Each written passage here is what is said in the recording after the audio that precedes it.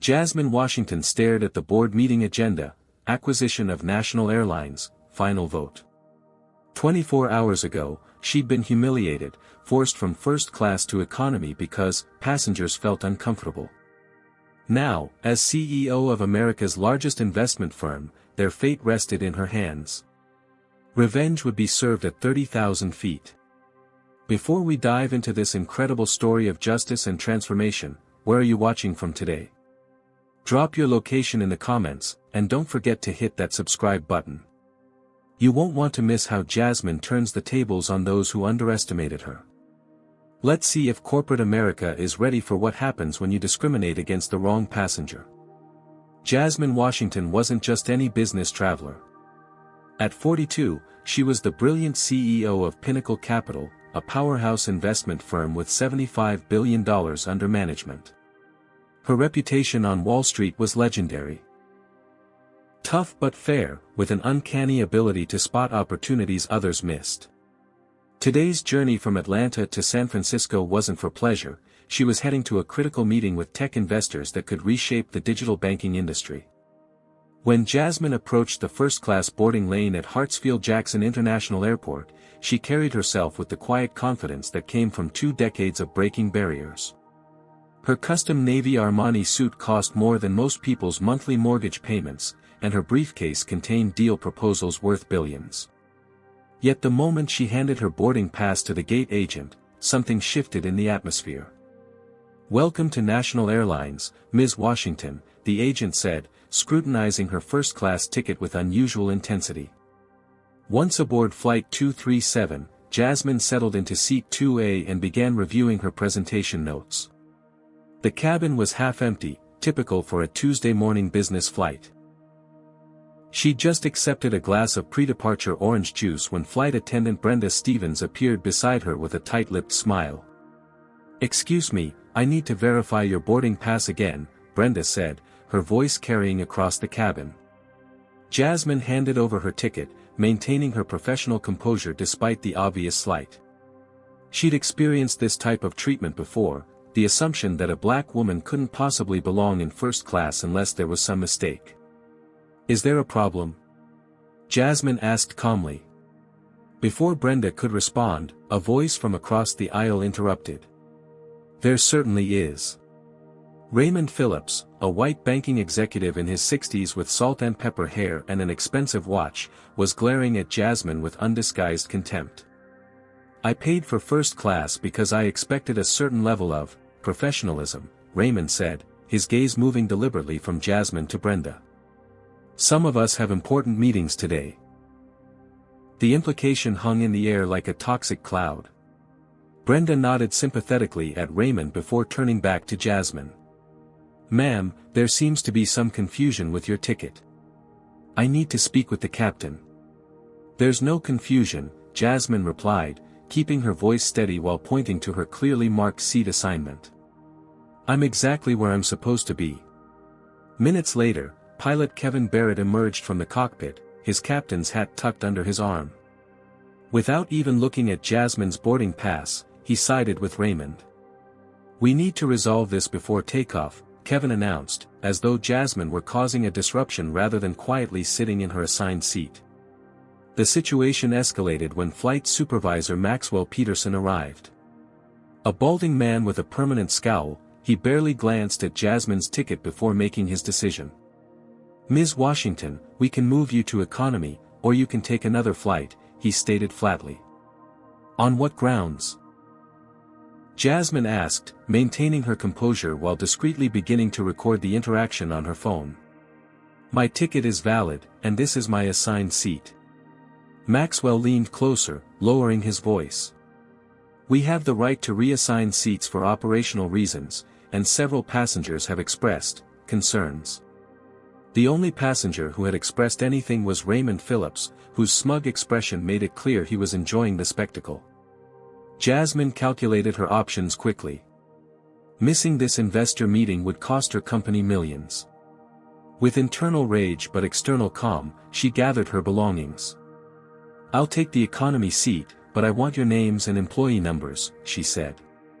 "And I expect a full refund for the price difference." As Jasmine was escorted past first-class passengers to her cramped economy seat, the humiliation burned through her professional armor. Several passengers averted their eyes uncomfortably, while others stared with curiosity or pity. Raymond Phillips didn't bother hiding his satisfied smirk. In economy, Jasmine found herself wedged into a middle seat in row 28, her knees pressed against the seat in front.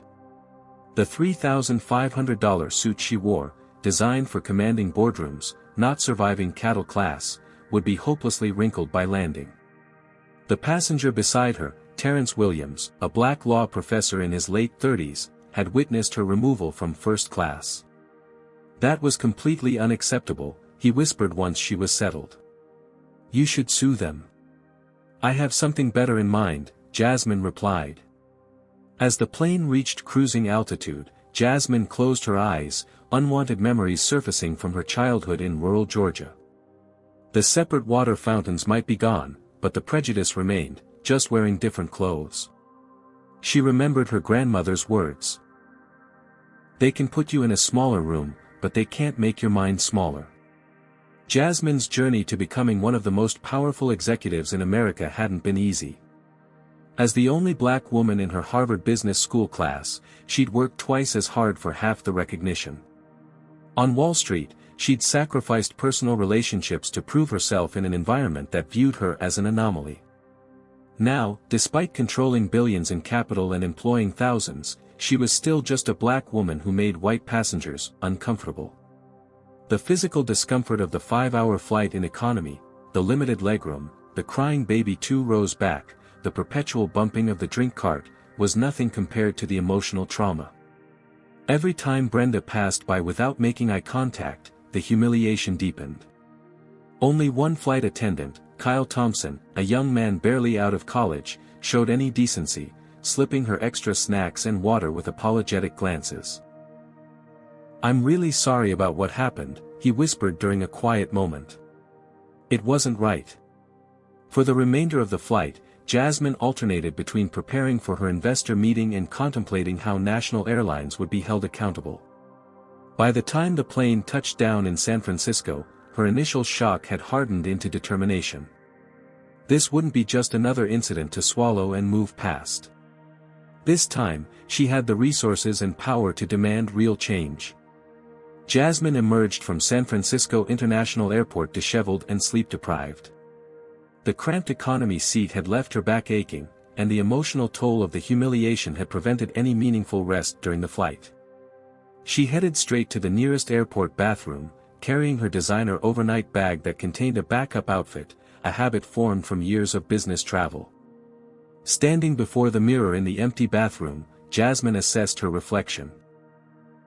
Her usually impeccable appearance was compromised, her suit wrinkled, her eyes revealing the strain of the past hours. She splashed cold water on her face and gave herself a quiet pep talk. "They can take your seat, but they can't take your power," she whispered to her reflection. "Focus on the meeting first. Justice comes later." After changing into her fresh outfit, a sharp charcoal skirt suit with a burgundy silk blouse, Jasmine headed to the pickup zone where her prearranged Uber waited. The driver, André Beaumont, a middle-aged Haitian immigrant with a friendly smile, greeted her warmly. "To Sequoia Ventures in Menlo Park, please," she instructed, settling into the back seat. During the 40-minute drive through Silicon Valley's sun-drenched landscape, André shared his own story of discrimination, how his engineering degree from Haiti wasn't recognized in America, forcing him to drive for rideshare companies while studying for recertification. "But I do not give up," he said cheerfully. "My daughter starts Stanford next year. First in our family to attend American University." His resilience reinforced Jasmine's determination. "Sometimes the best response to disrespect is success," she told him, leaving a generous tip as they arrived at the gleaming glass headquarters of Sequoia Ventures. Diana Frost, Sequoia's lead partner, welcomed Jasmine in the lobby. At 45, Diana had a reputation as one of the sharpest venture capitalists in tech, with an impressive portfolio of unicorn startups. "You look like you've been through war," Diana commented as they walked toward the conference room. "Commercial aviation," Jasmine replied dryly. Close enough. Despite her exhaustion, Jasmine delivered a masterful presentation to Sequoia's investment committee. Her proposal for a $2.8 billion investment in financial technology infrastructure was compelling. A vision for banking platforms that would democratize access to financial services for underserved communities while generating substantial returns. The future of banking isn't just digital, it's inclusive, Jasmine concluded. And inclusion is profitable. By presentation's end, Diana and her partners were convinced. They approved the full investment amount, with Diana personally committing to join the project's advisory board. "Let's celebrate over dinner," Diana suggested afterward. "I know a fantastic place in Palo Alto." Over Wagyu beef and expensive Cabernet at a small, exclusive restaurant, Jasmine finally shared her experience on national airlines. Diana listened intently, her expression darkening as the story unfolded. "That's outrageous," Diana said when Jasmine finished. "Typical national airlines, though. Their corporate culture is stuck in 1950. "You sound like you know them well," Jasmine observed. Diana twirled her wine glass thoughtfully. "More than I'd like to. They've been shopping for investors for months. Their CEO Walter Bryden has approached several firms, including mine. They're drowning in debt after their failed expansion to Asia." Jasmine set down her fork, a strategic realization dawning. "They're looking for investors." Desperately, Diana confirmed. "Their balance sheet is a disaster.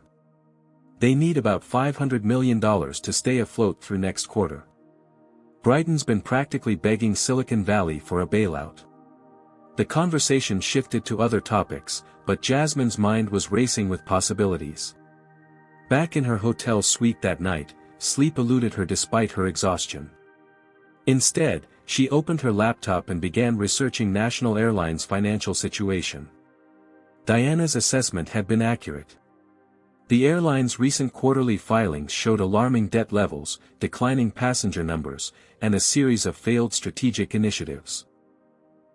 Their stock had dropped 30% in the past year, and industry analysts were predicting potential bankruptcy without significant investment. Further digging revealed a company culture problem that extended far beyond Jasmine's individual experience. Former employees had posted scathing reviews online describing systematic discrimination, with minorities and women routinely passed over for promotions. Several discrimination lawsuits had been quietly settled out of court in recent years. At 2 a.m., Jasmine picked up her phone and called Andre Thompson, Pinnacle Capital's vice president of acquisitions. Despite the late hour, he answered on the second ring. "Andre, I need you to pull together everything we have on the commercial airline industry, particularly national airlines," she said without preamble. "And schedule an emergency strategy meeting for tomorrow afternoon when I'm back." "May I ask why we're suddenly interested in airlines?" Andre asked, curiosity evident in his voice. "Let's just say I had an illuminating customer experience," Jasmine replied. "I think there's an opportunity here, both for significant returns and for something more important." After hanging up, Jasmine stared out her hotel window at San Francisco's glittering skyline. The humiliation she'd experienced was transforming into something more powerful: purpose. National Airlines had made a crucial mistake. They'd mistreated someone with the resources and determination to hold them accountable on a scale they couldn't imagine. "This isn't just business," she whispered to herself. "This is justice." Jasmine's return flight to Atlanta was on Delta, a deliberate choice after her experience with National Airlines. The contrast couldn't have been more striking. The Delta flight attendants were professional and courteous, treating her first-class ticket as the ordinary business transaction it was, rather than cause for suspicion. As she sipped complimentary champagne before takeoff, Jasmine reflected on how differently her day was starting compared to 48 hours earlier. The respect she received shouldn't have felt like a luxury, but after yesterday's humiliation, each small courtesy felt like vindication. Back in Atlanta, Jasmine wasted no time. Her first call was to Terrence Williams, the law professor who had sat beside her in economy on the National Airlines flight. They arranged to meet at Pinnacle Capital's downtown headquarters that afternoon.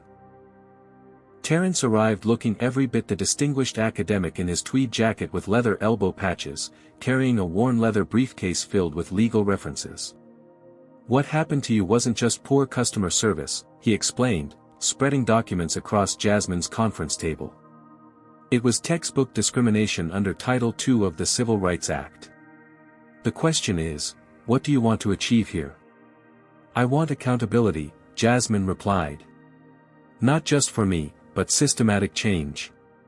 These incidents keep happening because companies calculate that settlements are cheaper than cultural transformation. Then we need evidence of a pattern, not just your isolated experience," Terence advised. By the end of their meeting, Jasmine had engaged Terence as a legal consultant and developed their next steps. That same day, she hired Sofia Rodriguez, a former FBI agent who now ran one of Atlanta's top private investigation firms. "I need comprehensive intelligence on national airlines," Jasmine told Sofia during their initial consultation. "Their culture, practices, complaints, internal communications, anything that shows a pattern of discrimination." Sofia, a sharp-eyed woman with 20 years of investigative experience, nodded confidently. "If there's a pattern, we'll find it. Companies this size can't keep secrets forever, too many employees, too much documentation." Over the next 3 weeks, Sofia's team conducted a thorough investigation. They interviewed former National Airlines employees, gathered public records, and used legal channels to access complaint histories. The evidence they assembled was damning. "It's worse than we thought," Sofia reported, delivering a 3-inch binder of findings. "We've documented 47 incidents in the past 18 months where passengers of color were removed or downgraded from premium cabins. Internal emails show supervisors directing staff to apply extra scrutiny to certain passengers. The investigation uncovered a troubling culture emanating from the top. CEO Walter Bryden had a history of inappropriate comments at industry events, and the executive team was overwhelmingly white and male, with diversity initiatives consistently underfunded or abandoned. Most damning were internal emails from Maxwell Peterson, the supervisor who had forced Jasmine to move seats. In correspondence with other managers, he had referred to first class as our premium customer environment and discussed strategies for maintaining passenger comfort through selective enforcement of policies. With mounting evidence in hand, Jasmine arranged a meeting with prominent civil rights attorney Benjamin Hayes. His downtown office walls were covered with framed newspaper headlines documenting his successful battles against corporate discrimination. "This is one of the most well-documented cases of corporate discrimination I've seen," Benjamin said after reviewing the evidence. "We could file a class action lawsuit that would cost them millions, possibly hundreds of millions when punitive damages are factored in. What would that accomplish beyond financial punishment?" Jasmine asked. Benjamin leaned back in his chair. "Realistically, they'd settle, sign some agreements promising to do better, hire a diversity officer who'd be sidelined within months, and continue with business as usual once the media attention faded." Jasmine nodded. "Exactly. That's why I'm considering a different approach. The lawsuit will be our leverage, but not our endgame." Together with her legal and investigative team, Jasmine developed a comprehensive understanding of National Airlines' vulnerabilities. The company's financial troubles made them particularly susceptible to pressure. A potential discrimination lawsuit would not only cost them financially but would devastate their already struggling brand. Further research into the airline's corporate structure revealed that CEO Walter Bryden had a particularly problematic history. Before joining National Airlines, he had left 2 previous companies following allegations of fostering hostile work environments. These departures had been disguised as strategic leadership changes, with substantial severance packages buying silence. Social media provided additional evidence of customer experiences similar to Jasmine's. Sofia's team compiled dozens of tweets, Facebook posts, and forum discussions from passengers of color describing discriminatory treatment on National Airlines flights. These accounts ranged from subtle slights to outright humiliation, forming a pattern too consistent to dismiss as coincidence. During a strategic planning session with Pinnacle's leadership team, Jasmine presented her findings and outlined her vision. National Airlines has a rot at its core, she concluded. And traditional remedies, lawsuits, settlements, public apologies, won't cure it. We need to remove the infection entirely. Andre Thompson, who had been analyzing the financial aspects, spoke up.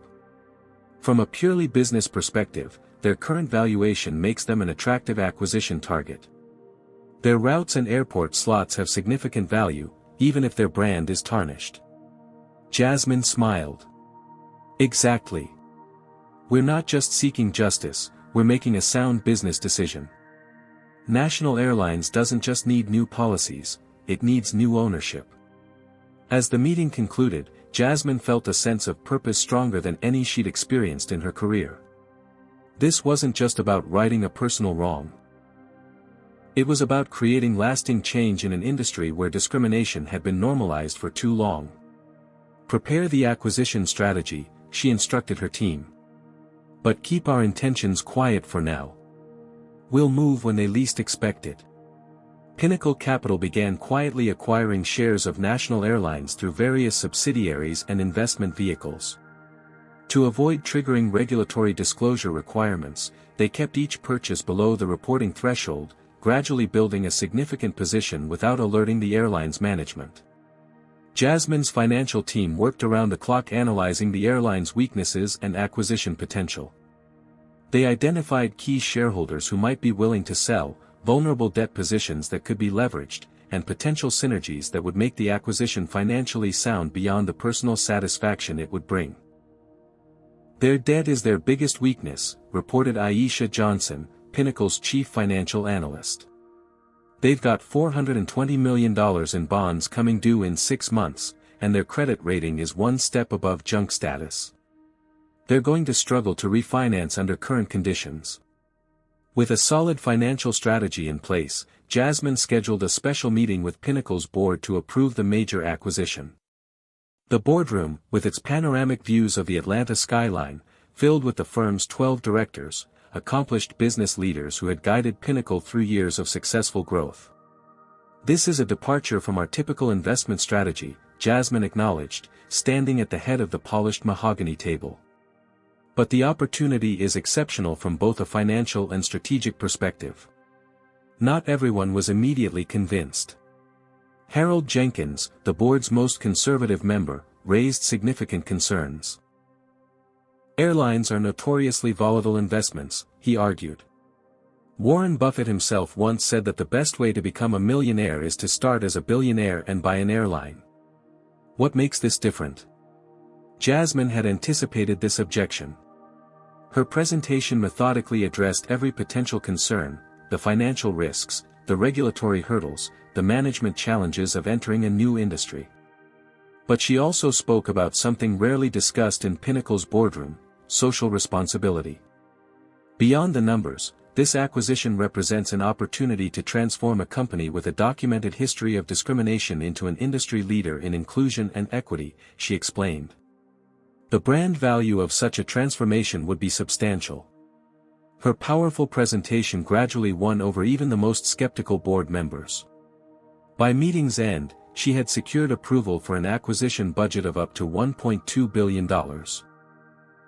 More than enough to gain controlling interest in National Airlines under current market conditions. With the board's approval secured, Jasmine initiated the next phase of her plan, increasing public pressure on the airline. She discreetly reached out to her media connections, including Zoe Franklin, an investigative reporter at the Wall Street Journal known for her hard-hitting coverage of corporate malfeasance. I have information about systematic discrimination at a major U.S. airline, Jasmine told Zoe during a confidential lunch meeting. Including documentation and testimony from former employees. Zoe's subsequent investigation resulted in a front-page exposé titled, "The Uncomfortable Truth, Discrimination Claims Plague National Airlines." The article detailed numerous incidents similar to Jasmine's experience, revealing a pattern that couldn't be dismissed as isolated incidents. The story spread rapidly across business and social media channels. National Airlines stock price, already weak, dropped 15% in a single trading session as investors worried about potential lawsuits and damage to the brand. At National Airlines headquarters in Dallas, the executive team held an emergency meeting to address the crisis. CEO Walter Brighton dismissed the allegations as overblown complaints from overly sensitive passengers, while the company's PR team scrambled to draft a statement emphasizing their commitment to diversity and inclusion. Their response proved inadequate as more former employees came forward with stories of internal discrimination, and social media amplified passenger accounts of biased treatment. The airline's crisis deepened when 3 major corporate clients suspended their business travel contracts pending review of the allegations. Do you think Jasmine was right to use her influence to expose National Airlines discrimination rather than just filing a lawsuit? Comment number 1 if you believe corporate accountability requires this kind of public pressure, or number 2 if you think she should have handled it more privately. This story shows how power dynamics can shift dramatically when someone underestimates the wrong person, doesn't it? Hit that like button if you're eager to see how Jasmine's strategy unfolds, and subscribe for more stories of justice and transformation. What would you do if you were in Jasmine's position with the resources she has? Let's continue this journey together and find out how far she'll go to change an entire company culture.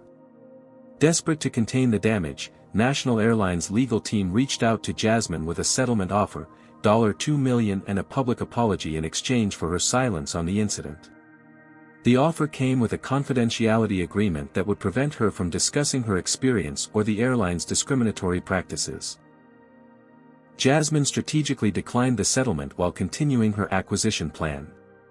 "I'm not interested in hush money," she informed their attorneys. "I'm interested in real change."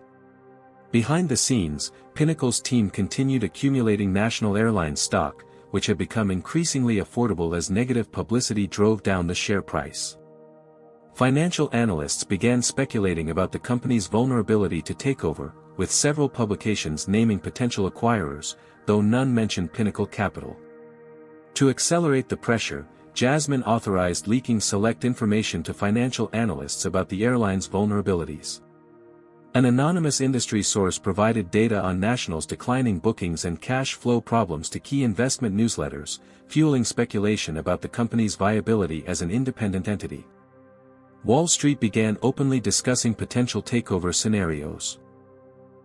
National Airlines appears ripe for acquisition, declared a CNBC analyst during a segment on undervalued transportation stocks. The question isn't if they'll be acquired, but when, and by whom.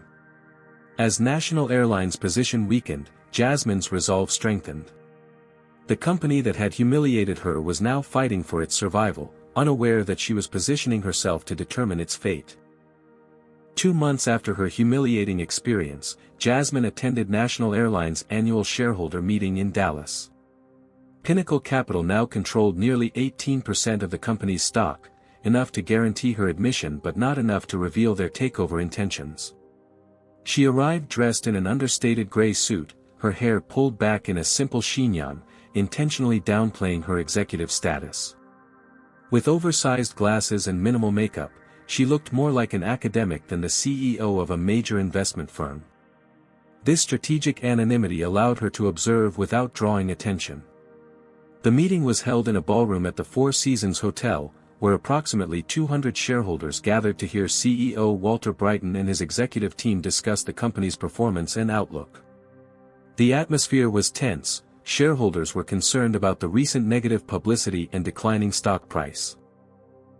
From her seat in the middle of the room, Jasmine watched the executive team's dismissive attitude toward diversity concerns raised by several smaller shareholders.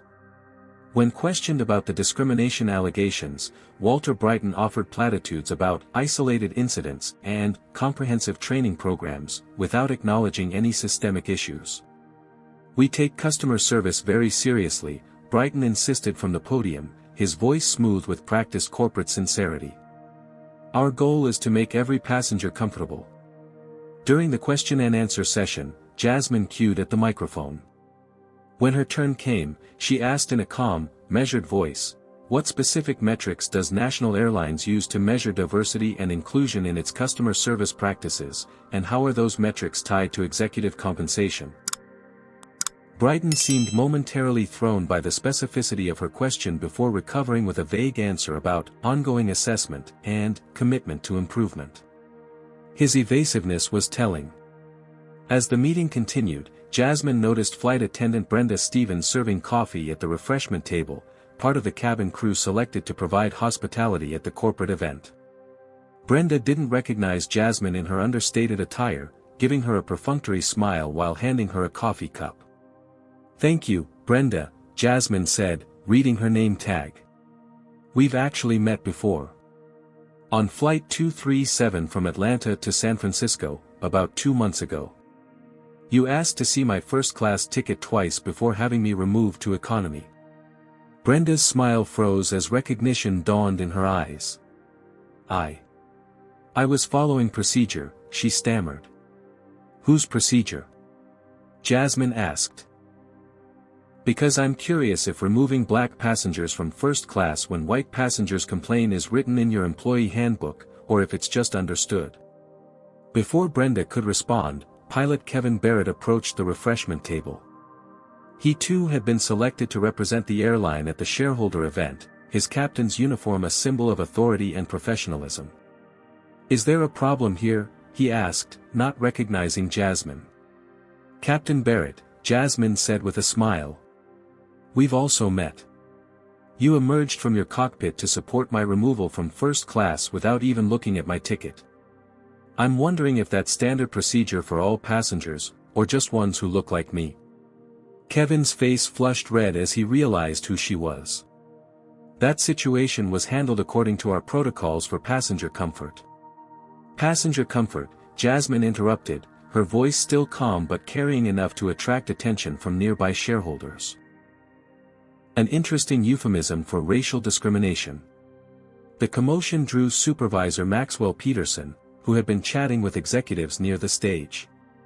As he approached, Jasmine turned to face him directly. "Mr. Peterson," she said. "The last time we spoke, you told me I could either move to economy or take another flight. Today I have a different proposition for you." By now, a small crowd had gathered, including several financial reporters covering the shareholder meeting. Maxwell's eyes darted nervously between Jasmine and the onlookers. "Perhaps we should discuss this privately," he suggested quietly. "I disagree," Jasmine replied. "Discrimination thrives in privacy. Accountability requires witnesses." With deliberate movements, Jasmine removed her glasses and straightened to her full height, abandoning the understated persona she'd adopted for the morning. "My name is Jasmine Washington. I'm the CEO of Pinnacle Capital, which now owns 18% of National Airline's outstanding shares." The revelation sent immediate murmurs through the crowd. Maxwell's face paled as he realized the magnitude of their mistake. "Ms. Washington, if there was any misunderstanding on your flight," he began. "There was no misunderstanding," Jasmine interrupted. "There was discrimination, documented and witnessed. And it wasn't an isolated incident." She opened her portfolio and produced copies of the evidence Sofia Rodriguez had gathered, internal emails, complaint records, testimony from former employees. As she distributed them to nearby shareholders and reporters, the murmurs grew louder. National Airlines has a documented pattern of discrimination that starts at the top and permeates throughout the organization, Jasmine announced, her voice now carrying across the ballroom. Several shareholders began taking photos and videos with their phones as the confrontation unfolded. CEO Walter Brighton rushed over, his corporate composure cracking. "Ms. Washington, this is highly inappropriate." "What's inappropriate," Jasmine countered, "is creating a corporate culture where employees feel empowered to humiliate passengers based on race. What's inappropriate is claiming to value diversity while maintaining an executive team and board that's 93% white and 87% male." The confrontation was being live-streamed by several financial news outlets that had been covering the shareholder meeting. Within minutes, clips were spreading across social media platforms, with commentators praising Jasmine's composed but devastating takedown of the airline's leadership. National Airlines stock price began dropping in real time as traders reacted to the unfolding PR disaster. By meeting's end, the share price had fallen another 12%, pushing the company's market capitalization to its lowest point in 5 years. That evening, emergency board meetings were held at both National Airlines and Pinnacle Capital. At National, directors frantically discussed damage control strategies and whether Walter Brighton should resign to appease shareholders and the public. At Pinnacle, Jasmine and her team refined their acquisition strategy, preparing to capitalize on the airline's weakened position. The media frenzy continued for days. Business publications ran headlines like, "Flight Risk, CEO Confronts Airline That Discriminated Against Her," and "Power Shift at 30,000 Feet, How National Airlines Picked the Wrong Passenger to Downgrade." Desperate calls from National Airlines executives to Jasmine's office went unanswered. Walter Brighton issued a public apology that rang hollow, acknowledging the unfortunate incident, while insisting it didn't reflect the company's values. Privately, Brighton was furious, berating his team for not identifying Jasmine as a VIP passenger before the incident. His focus on status rather than equal treatment for all passengers further confirmed the cultural problems at the airline's core. As the crisis deepened, Jasmine maintained a calculated silence, refusing interview requests and declining to comment further. Her public confrontation had accomplished its purpose. National Airlines was vulnerable, its reputation damaged beyond quick repair, its stock price at historic lows. The stage was set for the next phase of her plan, complete acquisition. Over the next month, Pinnacle Capital continued its strategic acquisition of National Airlines shares, crossing the critical 25% ownership threshold. This level of ownership gave them significant influence over company decisions and triggered regulatory filings that publicly revealed Pinnacle as a major stakeholder. The business world reacted with surprise and interest. Financial news channels featured segments analyzing Jasmine Washington's unusual move into the airline industry, with commentators debating whether this was a pure business decision or something more personal. "This isn't Pinnacle's typical investment profile," noted a Bloomberg analyst. "Washington is known for tech and financial services plays, not struggling legacy carriers. There's something more to this story." National Airlines management, now fully aware of Pinnacle's intentions, mobilized to fight the takeover. CEO Walter Brighton hired Gregory Harrison, a prominent corporate defense attorney known for helping companies fend off hostile acquisitions. Their legal team filed challenges with regulatory agencies, claiming the takeover would reduce competition and harm consumers. "This is a transparent attempt to manipulate our stock price and seize control of a vital transportation asset," Brighton declared in a press conference. "We will fight this predatory action with every resource available." The legal battle intensified when depositions began for both the discrimination case and the regulatory review. Flight attendant Brenda Stevens struggled under questioning, her testimony revealing inconsistencies in how she applied company policies to different passengers. "So you've requested additional verification from other first-class passengers who presented valid boarding passes?" Benjamin Hayes asked during her deposition. "Well, in certain situations," Brenda responded hesitantly. "And how do you determine which situations warrant additional verification?" Her uncomfortable silence spoke volumes. Pilot Kevin Barrett's deposition proved equally damaging. When presented with the airline's own records showing he had never left the cockpit to verify other passengers' tickets, he could not explain his decision to intervene in Jasmine's case. "I was informed there was a situation requiring attention," he claimed. "By whom, and what exactly were you told?" Benjamin pressed. "I don't recall the specific details," Kevin replied, his credibility diminishing with each evasive answer. Supervisor Maxwell Peterson's deposition revealed the most troubling aspects of National's culture. When questioned about his email referring to maintaining passenger comfort through selective enforcement, he attempted to defend the practice. "First-class passengers have certain expectations," he stated. "And those expectations include not sitting next to black executives?" Benjamin asked directly. The resulting silence was damning. Testimony from other passengers who had witnessed Jasmine's removal further strengthened her position. Several described their discomfort at seeing her treated differently from other business travelers, with one specifically noting that Raymond Phillips had been served his pre-flight drink while loudly complaining about Jasmine's presence. As the legal proceedings continued, the case came before Judge Amara Johnson, a respected federal jurist with a reputation for fairness and thorough legal analysis.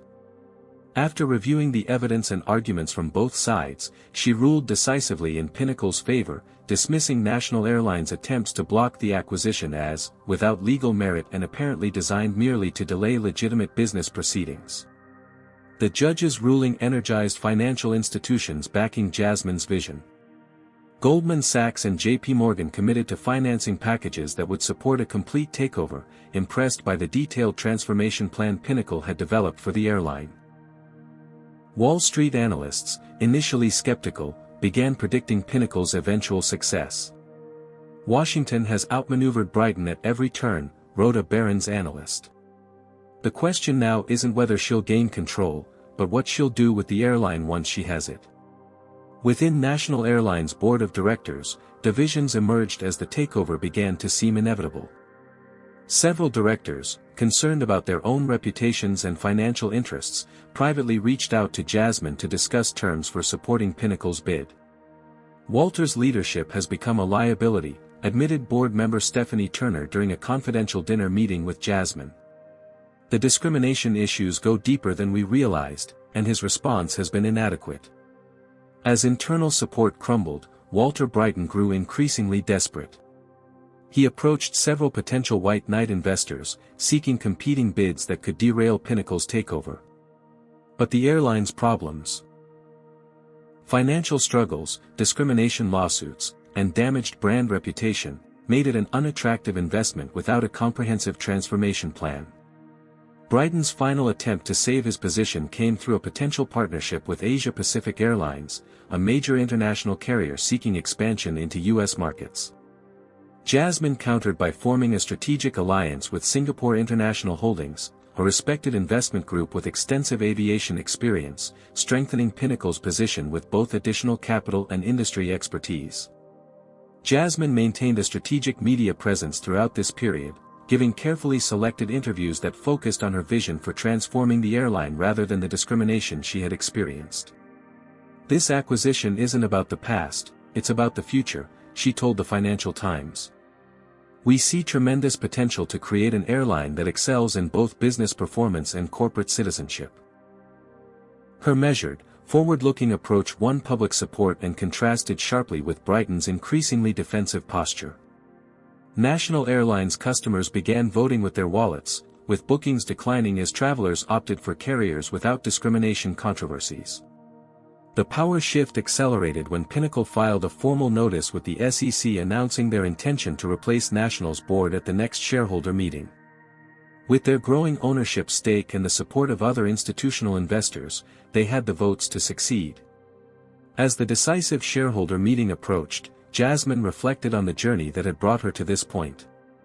What had begun as a humiliating experience had evolved into something far more significant, an opportunity to transform not just one company but to send a message to corporate America about the real costs of discrimination. "Sometimes power isn't about who has the most authority in the moment," she told her team during their final strategy session. "It's about who has the resilience to turn setbacks into opportunities for real change." The headquarters of National Airlines occupied a gleaming skyscraper in downtown Dallas, its corporate logo prominently displayed against the Texas sky. On the morning of Pinnacle Capital's formal takeover bid, Jasmine Washington arrived for what promised to be the most consequential board meeting in the airline's history. The executive boardroom on the 42nd floor offered panoramic views of the city, its massive mahogany table surrounded by 30 leather chairs. By 9 a.m., every seat was filled with board members, executives, legal teams, and major shareholders. The tension in the room was palpable as Jasmine took her position at the presenter's podium. "Good morning," she began, her voice calm and authoritative. "Today, Pinnacle Capital is formally offering to acquire all outstanding shares of National Airlines at $42 per share, a 30% premium over yesterday's closing price." The announcement sent murmurs through the room despite the fact that most had anticipated this move. Seeing the actual numbers, representing a total bid of approximately $3.8 billion, made the reality of the situation impossible to ignore. CEO Walter Brighton immediately rose to oppose the offer. This hostile takeover attempt is not in the best interest of our shareholders, employees, or customers, he declared, his face flushed with anger. National Airlines has served this country for 67 years as an independent carrier, and we intend to continue that legacy. What followed was a dramatic presentation of competing visions. Jasmine unveiled Pinnacle's comprehensive transformation plan for the airline, rebranding, fleet modernization, route optimization, and most importantly, a complete cultural overhaul focused on inclusion and exceptional customer experience for all passengers. Our research shows that truly inclusive companies outperform their peers by 36%, Jasmine explained, presenting data that directly linked diversity metrics to profitability. This isn't just about doing the right thing, though that would be reason enough. It's about building a stronger, more resilient, and ultimately more profitable airline. Her presentation included specific initiatives, revised hiring and promotion policies, comprehensive anti-bias training, diversity targets tied to executive compensation, and a customer service approach designed to ensure consistent treatment regardless of race, gender, or background. The airline executives received Jasmine's vision with hostility. Walter Brighton dismissed her plan as costly social engineering that ignores aviation fundamentals, while Chief Operating Officer Frank Thompson characterized it as impractical idealism from someone who doesn't understand this industry. Their resistance only highlighted the cultural problems Jasmine was addressing. When she presented documented instances of discrimination beyond her own experience, several executives visibly bristled, revealing their discomfort with having these issues discussed openly. The shareholder vote that would determine the company's fate was scheduled for 3 weeks later. In the interim, both sides launched intensive lobbying campaigns targeting major institutional investors whose votes would be decisive. Jasmine's team worked around the clock, meeting with investment funds, pension managers, and financial analysts to make their case. They emphasized both the business logic of the acquisition and the ethical imperatives of addressing the airline's discrimination issues.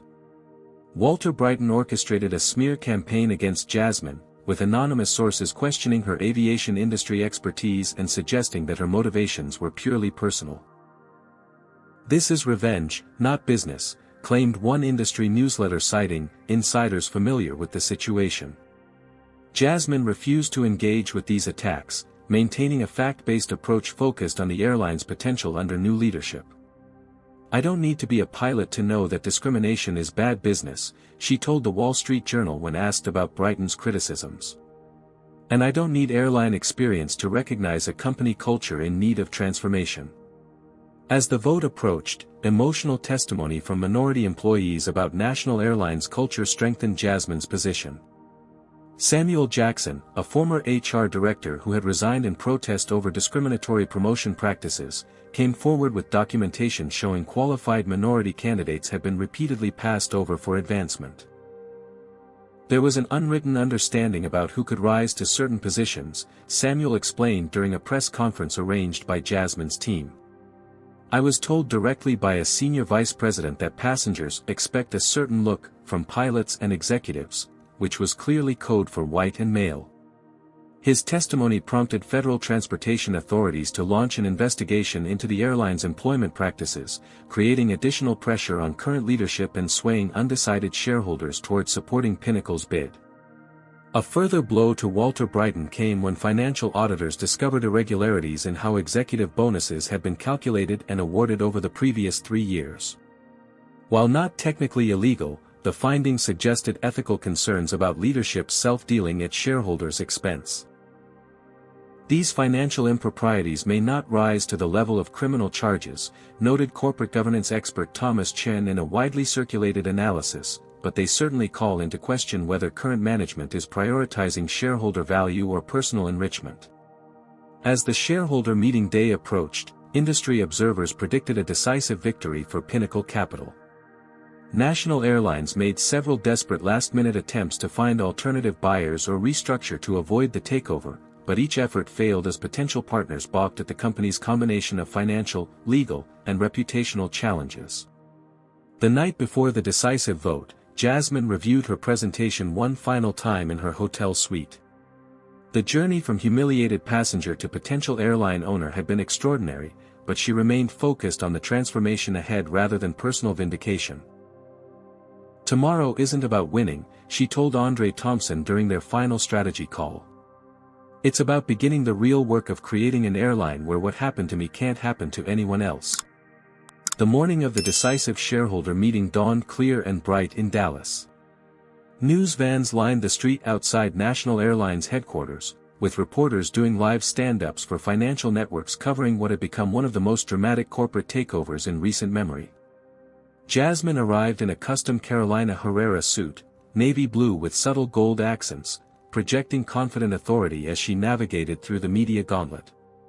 Her hair was styled in a sophisticated updo, and her minimal jewelry included only diamond stud earrings and her grandmother's gold bangle bracelet, a reminder of the woman who had taught her to transform obstacles into opportunities. "Ms. Washington. Is this personal or business?" shouted one reporter as she passed. "In my experience, the best business decisions recognize that companies are made of people," she replied without breaking stride. "Today is about creating a better future for everyone connected to National Airlines, passengers, employees, and shareholders." The lobby of the building buzzed with tension as shareholders, analysts, and media representatives checked in for the meeting. Jasmine noticed several airline employees watching her with mixed expressions: curiosity, resentment, and in some cases, hope. Flight attendant Kyle Thompson, who had shown her kindness during her humiliating flight, approached hesitantly. "Ms. Washington," he said quietly. "I just wanted to say, many of us are hoping you succeed today. The culture here needs to change." "Thank you, Kyle," she replied warmly. "If things go as planned, people like you will be the future of this airline." As Kyle walked away, Jasmine encountered Raymond Phillips, the first-class passenger whose complaint had triggered her removal from her seat. Recognition flashed in his eyes, followed by visible discomfort. "Ms. Washington," he began awkwardly. "I want to apologize for what happened on that flight. I never intended." "Mr. Phillips," Jasmine interrupted calmly, "your apology would mean more if it had come before you learned who I was and what I could do. Today isn't about personal amends, it's about systemic change." With that, she continued toward the elevators, leaving Raymond standing in uncomfortable silence. The grand ballroom where the vote would take place was filled to capacity with over 500 shareholders representing more than 90% of the company's outstanding stock. The stage featured two podiums, one for current management and one for Pinnacle Capital's team.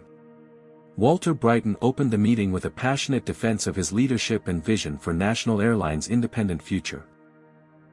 His voice occasionally cracked with emotion as he described the company's legacy and tradition, urging shareholders to reject what he called an opportunistic takeover that exploits temporary challenges. When Jasmine's turn came, she approached the podium with measured confidence. Rather than immediately launching into her presentation, she paused, surveying the room and making eye contact with key decision-makers. "Transformation," she began, "is rarely comfortable. But in business, as in life, discomfort often precedes growth. National Airlines stands at such a moment today." Her presentation methodically addressed both the business case for acquisition and the moral imperative for cultural change. She detailed specific diversity and inclusion initiatives that would be implemented, including a complete overhaul of training protocols, transparent promotion pathways, and accountability metrics tied to customer experience. "An airline that truly welcomes every passenger doesn't just fulfill a moral obligation," she explained. "It expands its customer base and builds loyalty that translates directly to profitability." Jasmine's financial projections showed how these changes, combined with operational improvements and strategic route adjustments, would increase the airline's valuation by an estimated 60% within 5 years. "The choice today isn't between tradition and change," she concluded. "It's between clinging to a flawed past or embracing a more profitable, more equitable future." Throughout Jasmine's presentation, Walter Brighton sat stone-faced, occasionally whispering to his executive team. The tension in the room was palpable as shareholders began the voting process, with electronic ballots tallying results in real time on large screens at the front of the ballroom. Financial news networks displayed stock tickers showing National Airlines' share price fluctuating with each rumor and update. Trading volume reached record levels as investors positioned themselves based on anticipated outcomes. After an hour of voting, the room fell silent as the final tallies appeared on screen. Pinnacle Capital's acquisition bid had secured 63.7% approval, a decisive victory that would give Jasmine's team complete control of the airline. Walter Brighton's face drained of color as he stared at the results. Without offering congratulations or acknowledgement, he stormed from the podium and exited the ballroom, followed by several loyal executives. Jasmine maintained her professional composure as she approached the microphone for closing remarks. "Today marks a new beginning for National Airlines," she stated. "We look forward to working with the dedicated employees who keep this company flying, and to creating an airline that truly serves all passengers with dignity and respect." As the meeting concluded, Jasmine's transition team immediately moved to secure operational continuity. Key personnel changes were announced within hours, with interim leadership appointed to maintain stability while permanent executives were selected through a comprehensive search process. By sunset, the Pinnacle Capital flag flew alongside National's logo at company headquarters, a visual symbol of the power shift that had occurred. For Jasmine, however, the most meaningful moment came when she received a text message from her grandmother back in Georgia: "They put you in economy, so you bought the whole plane. That's my girl." 6 months after the shareholder vote, the airline formerly known as National had undergone a remarkable metamorphosis. Rebranded as Skyline Airways, with a sleek new logo symbolizing limitless horizons, the company had emerged from its troubled past with renewed purpose and direction. Jasmine Washington, now executive chairperson, had assembled a diverse management team that reflected the passengers they served. The executive suite, once an exclusive enclave of white men, now included talented leaders of various backgrounds, genders, and perspectives, each selected for both their professional expertise and their commitment to inclusive excellence. "Culture isn't changed through memos and mission statements," Jasmine often reminded her team. "It's changed through consistent actions and accountability at every level." Those actions included innovative customer service protocols specifically designed to eliminate bias in passenger interactions. Flight attendants underwent comprehensive training focused on consistent treatment and cultural sensitivity.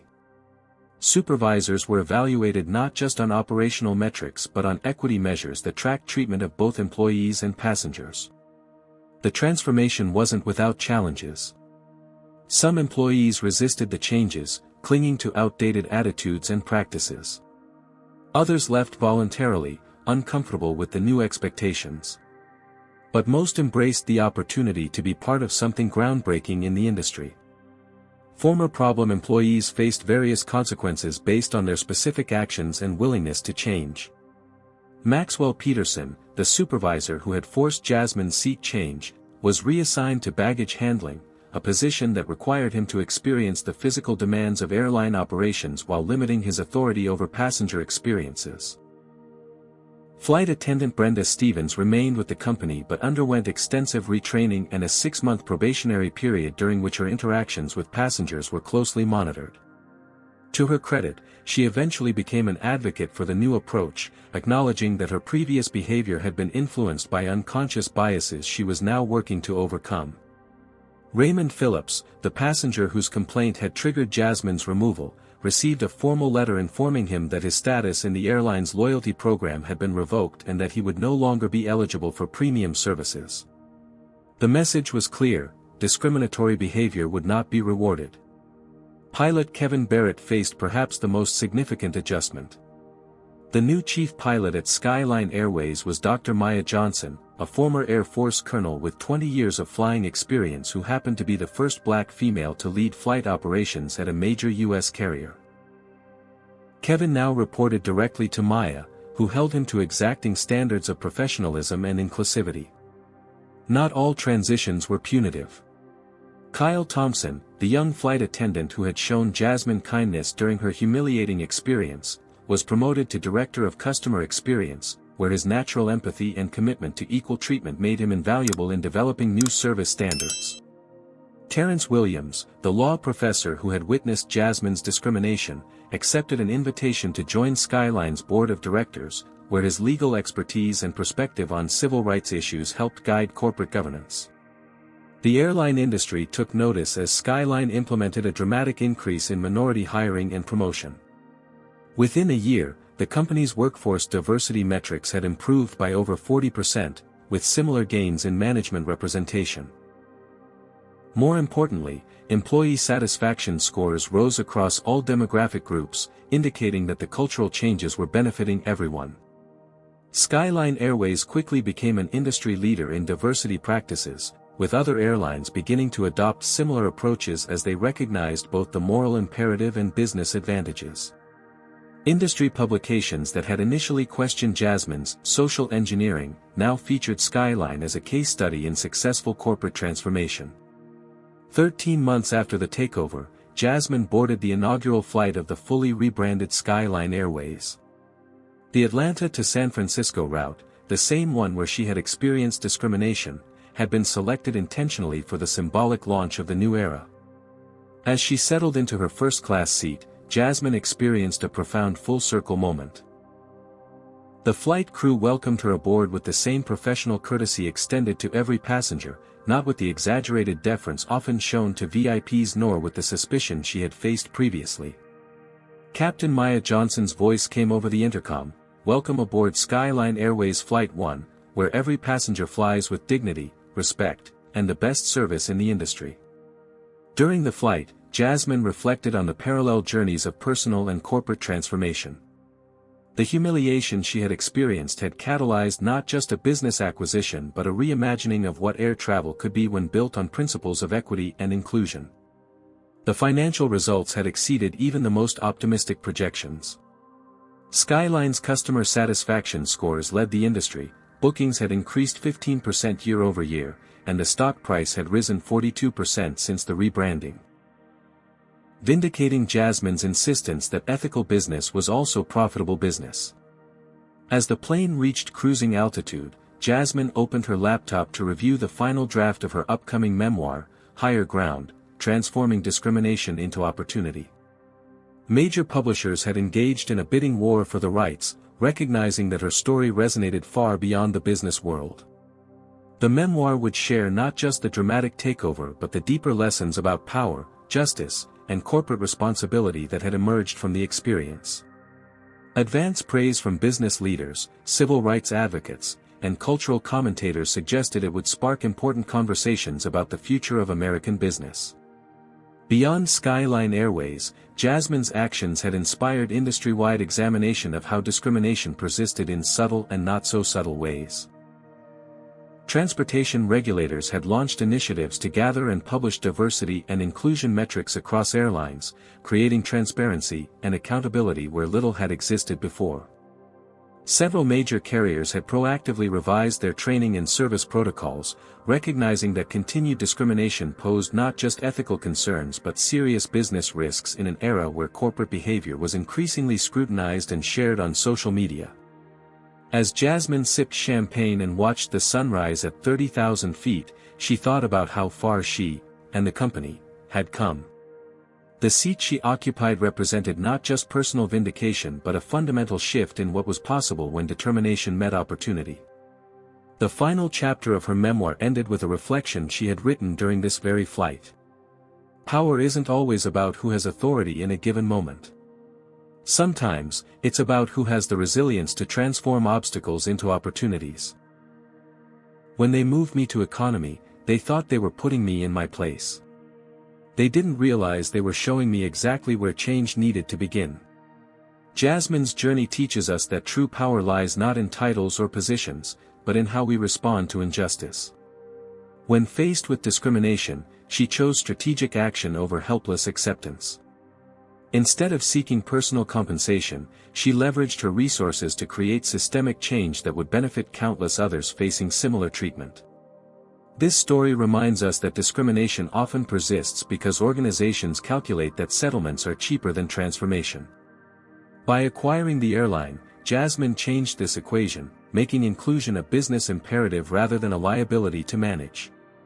We also see that meaningful change requires more than policy updates, it demands accountability at every level.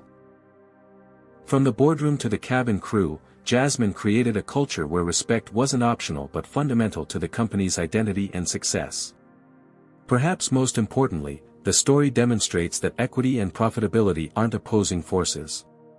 By building an airline that genuinely welcomed every passenger, Skyline Airways achieved financial success that validated Jasmine's vision of ethical business as good business. The ultimate lesson? Sometimes when others try to put you in your place, they're showing you exactly where change needs to begin. What discrimination have you witnessed or experienced that needs addressing? Would you have handled Jasmine's situation differently? Share your thoughts in the comments. If this story of transformation resonated with you, please hit that like button and subscribe for more powerful stories of overcoming injustice. Share this video with someone who needs inspiration to stand up against discrimination. Thank you for joining us on this journey of justice, and remember, your response to discrimination today could change systems tomorrow.